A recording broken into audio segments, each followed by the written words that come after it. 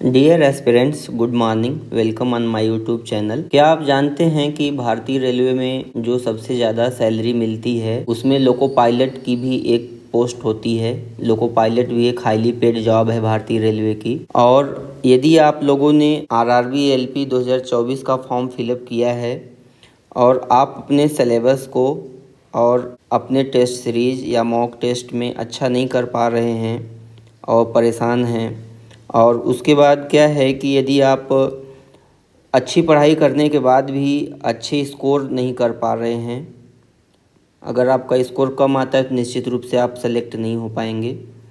और यदि आपने आरआरबी एलपी 2018 की भी वैकेंसी में सेलेक्ट नहीं हो पाए हैं तो निश्चित रूप से यह वीडियो आपको हेल्प करेगा। एक कंप्लीट स्ट्रेटजी बताई जाएगी कि कैसे आरआरबी एलपी 2018 को नहीं जो क्रैक कर पाए हैं और जो आरआरबी एलपी 2024 का भी फॉर्म फिलअप किए हैं तो कैसे इसको क्रैक करें। तो आइए देखते हैं इस वीडियो में आगे कैसे क्या क्रैक कर सकते हैं। किसी भी एग्ज़ाम को क्रैक करने से पहले सबसे ज़्यादा जो ज़रूरी बात है वो ये है कि एग्ज़ाम डेट क्या है, एग्ज़ाम टाइम क्या है, आपको कितना टाइम मिलेगा एग्ज़ाम की प्रिपरेशन करने के लिए। फिर उसके बाद आती है बारी syllabus and exam pattern. Exam का पैटर्न क्या है और सिलेबस कितना लंबा है। फिर उसके बाद बारी आती है self assessment, previous year question और टेस्ट सीरीज। चौथा चीज़ आता है स्टडी एंड स्टडी मटेरियल, आप क्या पढ़ रहे हैं, कैसे पढ़ रहे हैं। पांचवा चीज़ आता है मोटिवेशन। और दोस्तों ये छठवां पॉइंट विशेष रूप से उनके लिए है जो भाई 2018 में सेलेक्ट नहीं हो पाए थे।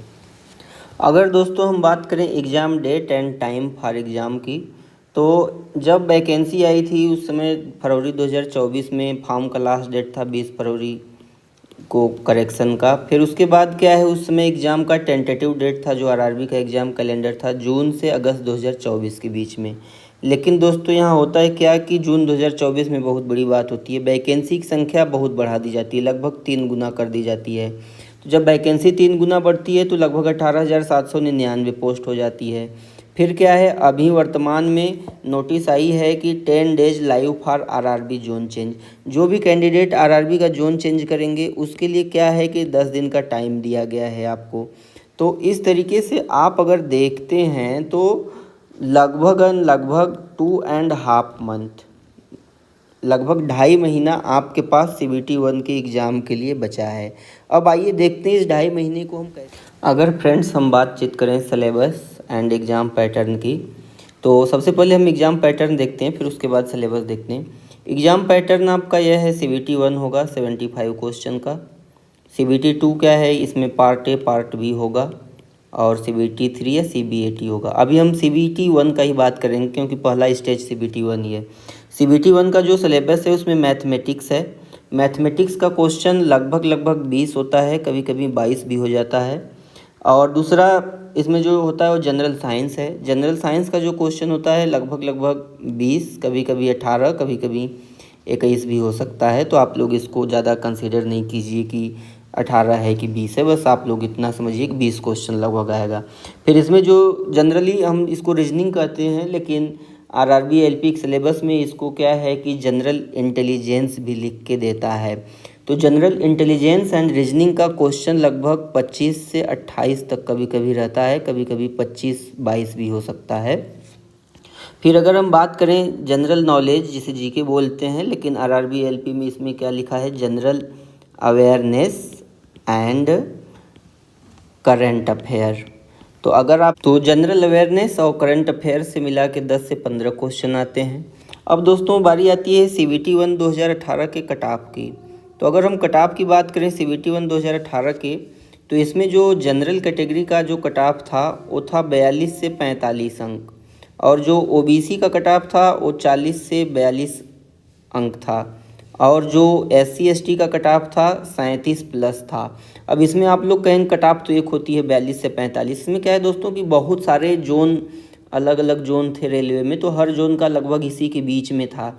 तो अब आप लोग कहेंगे कि सिर्फ 3 अंक का, जब 3 मार्क्स का ही जब डिफरेंस है हर जोन का, तो हम क्यों जाएं दूसरे जोन को सेलेक्ट करने। तो ये दोस्तों टोटली आपका डिसीजन है कि जोन कैसे सेलेक्ट किया है आपने, क्या सोच के सिलेक्ट किया है। और आप किस तरीके से तैयारी कर रहे थे। अब क्या है दोस्तों कि अगर इसमें हम बात करें तो कैंडिडेट्स की जो संख्या थी उसमें उस समय टोटल 47 लाख कैंडिडेट ने अप्लाई किया था और 32 लाख कैंडिडेट्स ने एग्ज़ाम दिया था। अगर यही बात करें हम CBT 1 2024 की, तो CBT 1 2024 की देखिए कट ऑफ प्रिडिक्शन में मैं भरोसा नहीं रखता। बहुत सारे एक्सपर्ट, यहाँ तक कि बहुत सारे टीचर भी क्या है कि कट ऑफ बताते हैं कि 40 अंक जाएगा, 45 अंक जाएगा, कोई कहता है 50 अंक जाएगा, कोई कहता है 30 अंक। लेकिन यह सब एकदम बकवास की बात है। अगर कोई कैंडिडेट, मान लीजिए कि आप, टीचर ने बता दिया कि 45 अंक जाएगा और आपको 60 क्वेश्चन आते हैं, तो क्या आप 60 क्वेश्चन नहीं अटेम्प्ट करोगे? कोई बता दिया कि क्या है कि 30 अंक जाएगा, तो आप बस 30 ही अंक का क्वेश्चन करके आओगे? नहीं ना।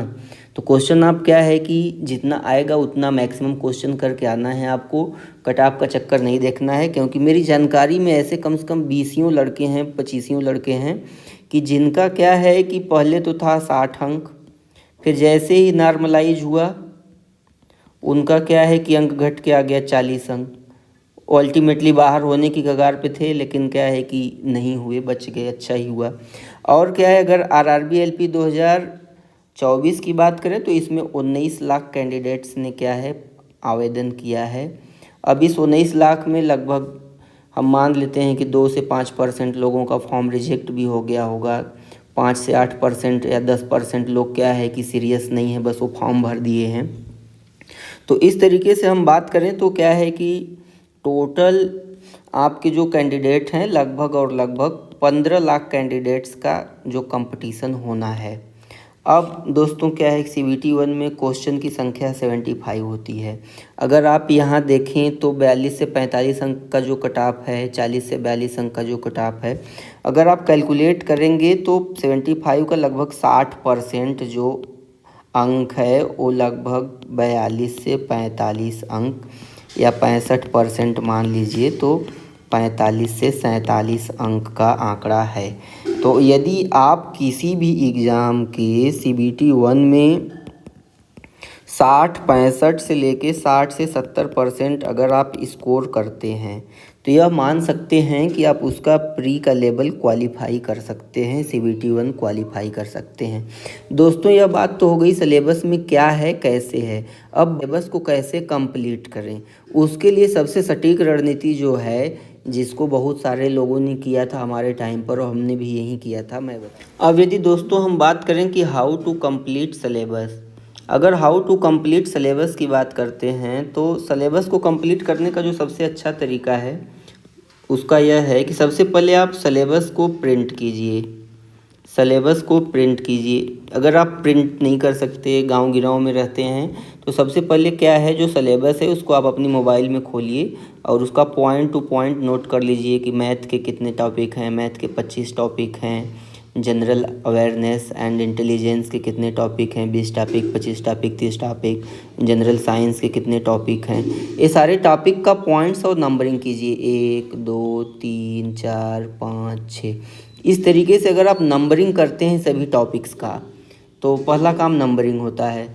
तो अगर आप नंबरिंग कर लेते हैं तो अब आज की डेट में अगर आप मान लीजिए कि सिलेबस का प्रिंट निकाल लीजिए, या सिलेबस का मान लीजिए मैथ का यह है, अगर आप मैथ के सिलेबस का प्रिंट निकाल लिया, उसको कॉपी पर नोट कर लीजिए। पहला है नंबर सिस्टम, दूसरा है आपका प्रॉफिट एंड लॉस, लाभ हानि, तीसरा है आपका सिंपल इंटरेस्ट, साधारण ब्याज या साइक्लिक इंटरेस्ट, चौथा है आपका मेंसुरेशन या फिर आप इसे क्षेत्रमिति या ज्यामिति बोल सकते हैं।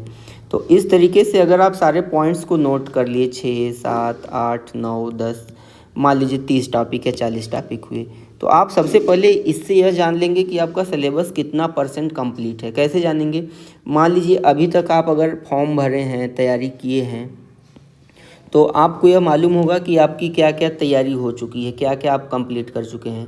अगर आपने नंबर सिस्टम कंप्लीट कर लिया है तो उसको मार्क कर दीजिए डन।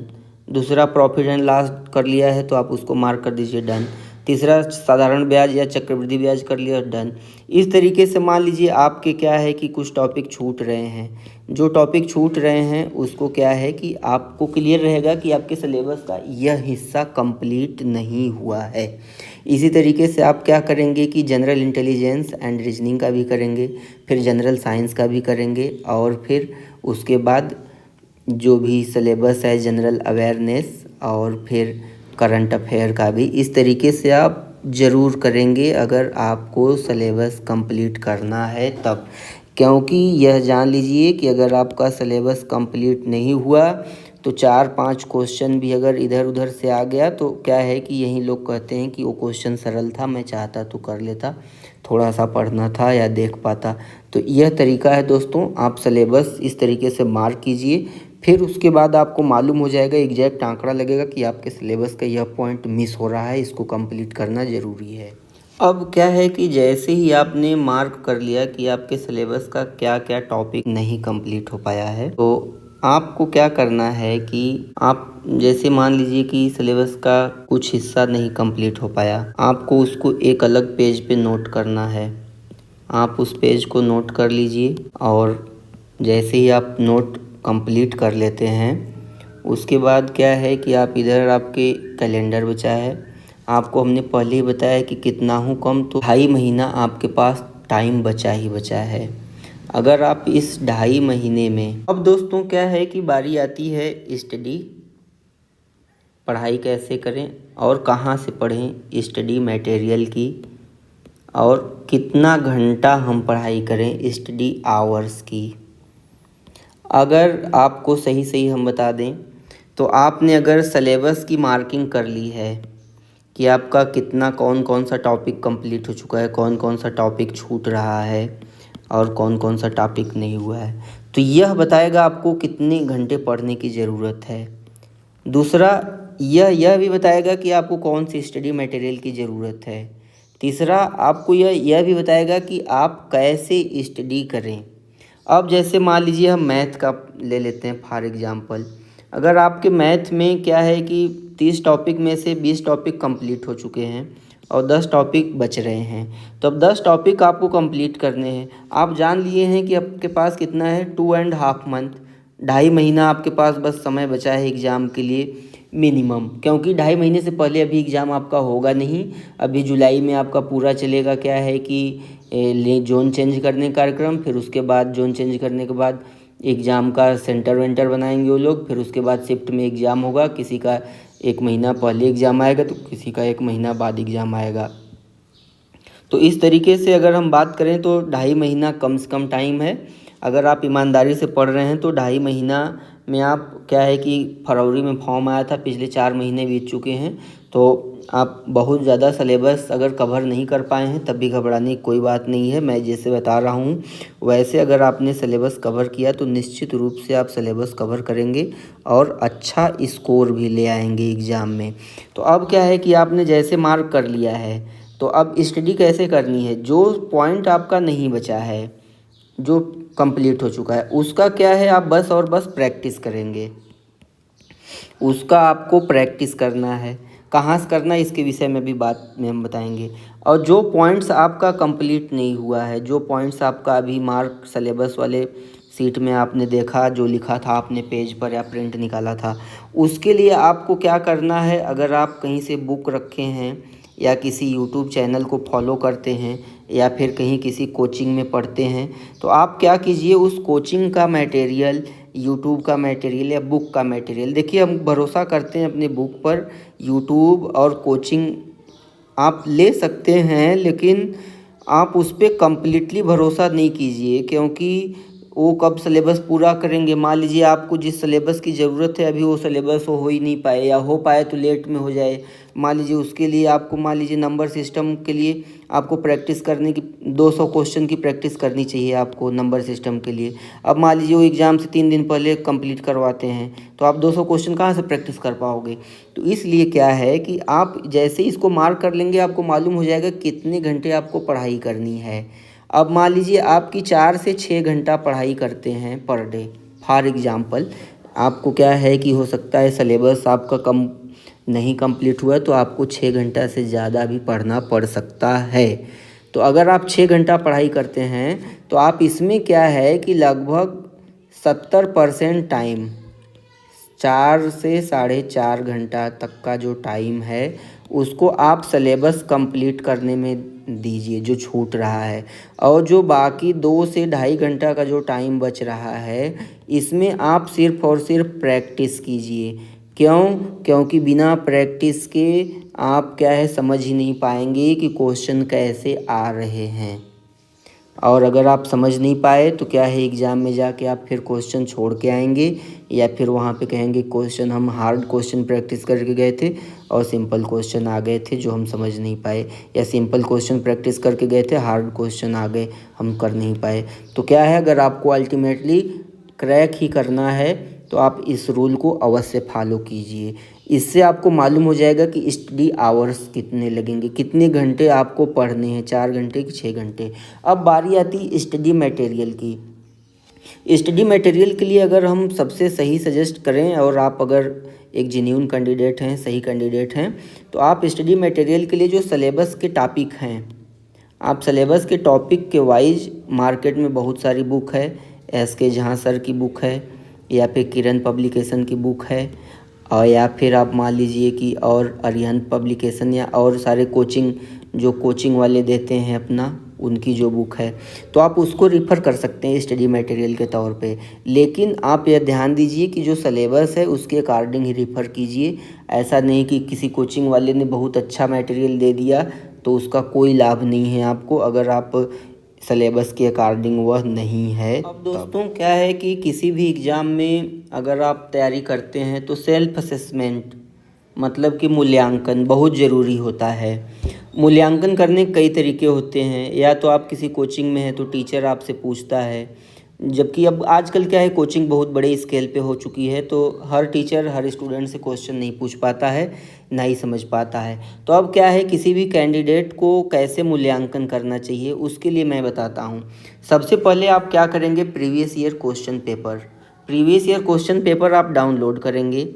अगर डाउनलोड नहीं हो पा रहा है तो कोई बुक खरीद लीजिए, यूथ पब्लिकेशन की बुक आती है उसमें प्रीवियस ईयर क्वेश्चन पेपर रहते हैं, या फिर अरिहंत की आती है, या फिर और सारे जो बाज़ार में आपके उपलब्ध है उसको आप ले सकते हैं। तो अगर आप क्या है प्रीवियस ईयर क्वेश्चन पेपर देखते हैं, अगर मान लीजिए आपके प्रीवियस ईयर क्वेश्चन से अच्छे क्वेश्चन बन रहे हैं, आपको मान लीजिए 75 अंक में से आप क्या है कि 40 अंक 45 अंक या फिर 50 अंक कवर कर पा रहे हैं, तो अब अगर इतना अंक कवर कर पा रहे हैं तो आप ये मत सोचिए कि आप बहुत अच्छा कर रहे हैं या फिर बहुत ख़राब कर रहे हैं। आपको इससे ना ही ज़्यादा उत्साह में आना है, ना ही ज़्यादा एक्साइट होना है, ना ही ज़्यादा डिमोटिवेट होना है। करना क्या है मैं बताता हूँ।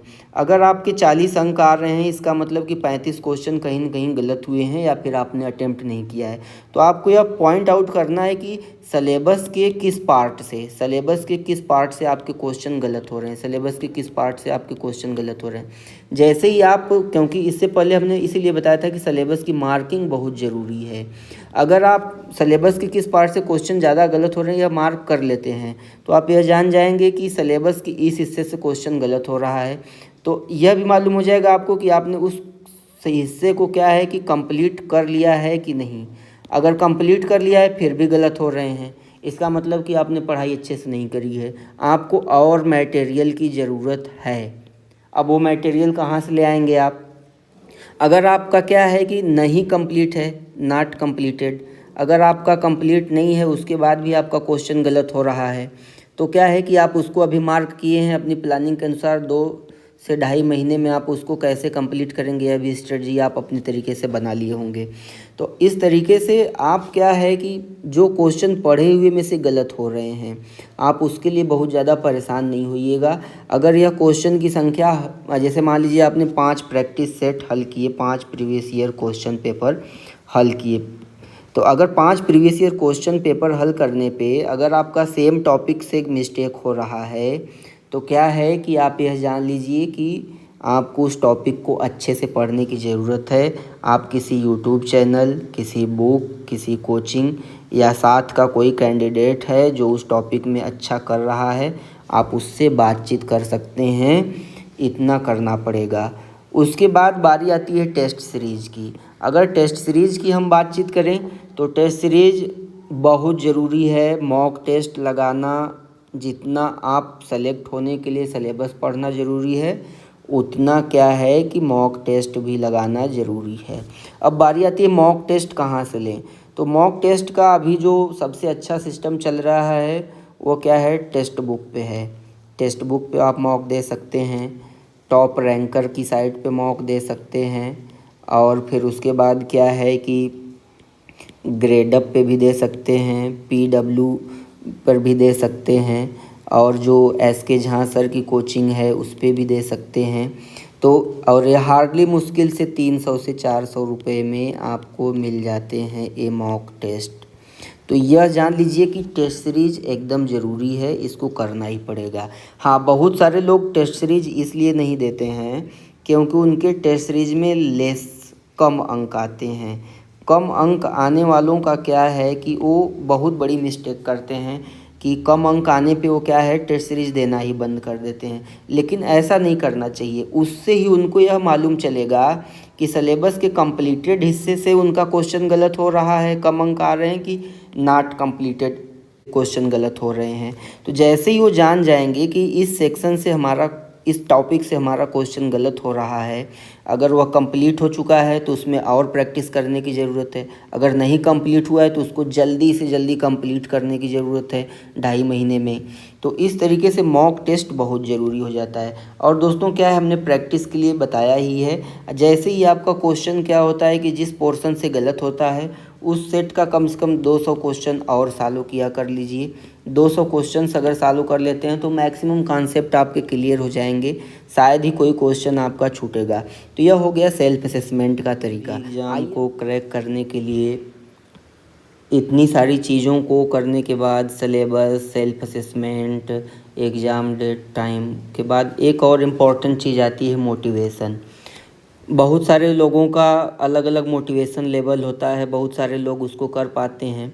हमने कई सारे कैंडिडेट्स ऐसे देखे हैं कि एग्ज़ाम के टाइम पर उनका मोटिवेशन लेवल डाउन हो जाता है, जबकि वो कहीं अच्छे होते हैं जो कैंडिडेट्स एग्ज़ाम को क्रैक करते हैं। कारण उनका क्या होता है कि वो नर्वस हो जाते हैं, एग्ज़ाम के टाइम पर अच्छा परफॉर्मेंस नहीं दे पाते हैं, जो पढ़े रहते हैं वह भी पढ़ाया भी भूल जाते हैं, दिमाग से मिस हो जाता है और दुखी हो जाते हैं। तो उसके लिए क्या करें मैं बताता हूँ।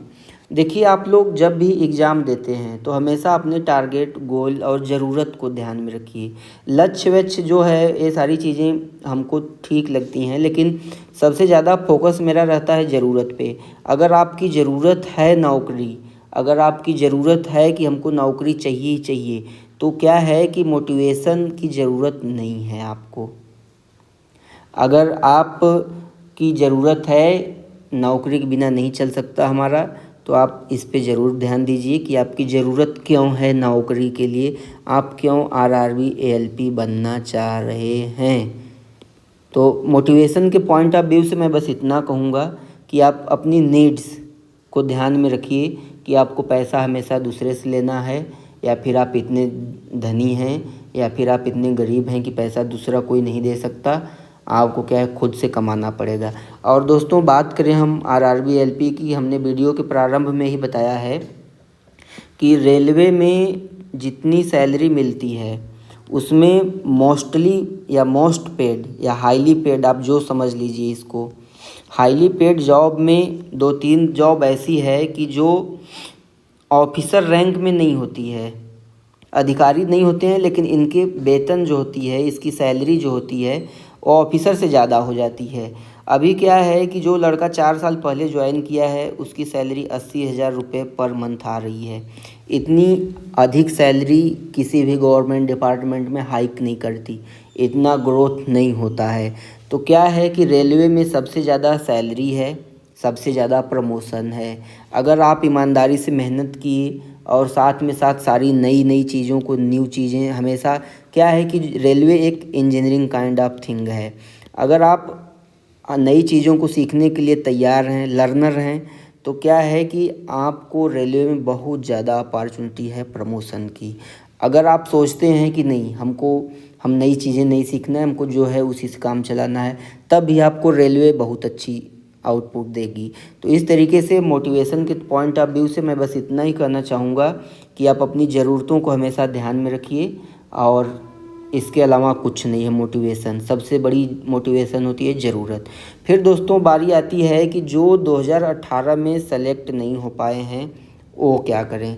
तो जो 2018 में सेलेक्ट नहीं हो पाया है जो भी भाई, तो उसके लिए बस मैं इतना कहना चाहूँगा कि आपकी स्ट्रेटजी कहीं न कहीं गलत थी। स्ट्रेटजी अगर गलत की बात करें तो स्ट्रेटजी गलत बहुत तरीके से हो सकती है। अगर आपने ऊपर बताई गई सारी चीज़ों को कंप्लीट नहीं किया है तब भी आप निश्चित रूप से सेलेक्ट नहीं हुए होंगे, या CBT 1 में सेलेक्ट नहीं हुए, CBT 2 में भी हो सकता है कि आप CBT 1 करने के बाद CBT 2 में सेलेक्ट नहीं हो पाए, या फिर हो सकता है CBAT में सेलेक्ट नहीं हो पाए।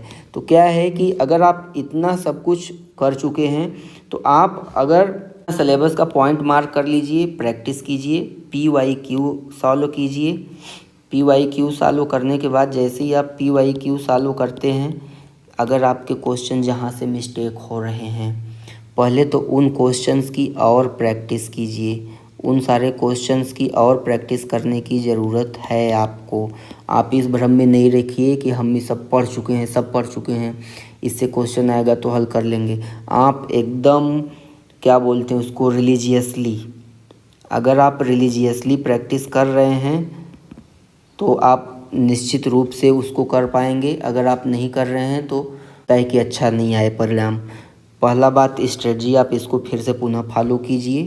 प्रीवियस ईयर क्वेश्चन जो है आपका, प्रीवियस ईयर क्वेश्चन सॉल्व कीजिए, और मोटिवेशन के तौर पे आप अपनी ज़रूरतों को ध्यान में रखिए कि आपको क्या करना है। करने के बाद आपको एक और टिप्स मैं देना चाहूँगा कि आप जब भी प्रीवियस ईयर क्वेश्चन सॉल्व करते हैं तो उसमें सबसे पहले भगवान ने मानव को एक ऐसी अच्छी चीज़ दी है, आँख। यह देख के ही जान जाती है कौन सा क्वेश्चन 1 लाइन का है, कौन सा क्वेश्चन 2 लाइन का है, कौन सा क्वेश्चन 3 लाइन का है। तो सबसे पहले आप क्या कीजिए कि 1 लाइन वाले क्वेश्चन को देखा कीजिए, 1 लाइन, फिर 2 लाइन या 3 लाइन वाले क्वेश्चन को, फिर 4 लाइन।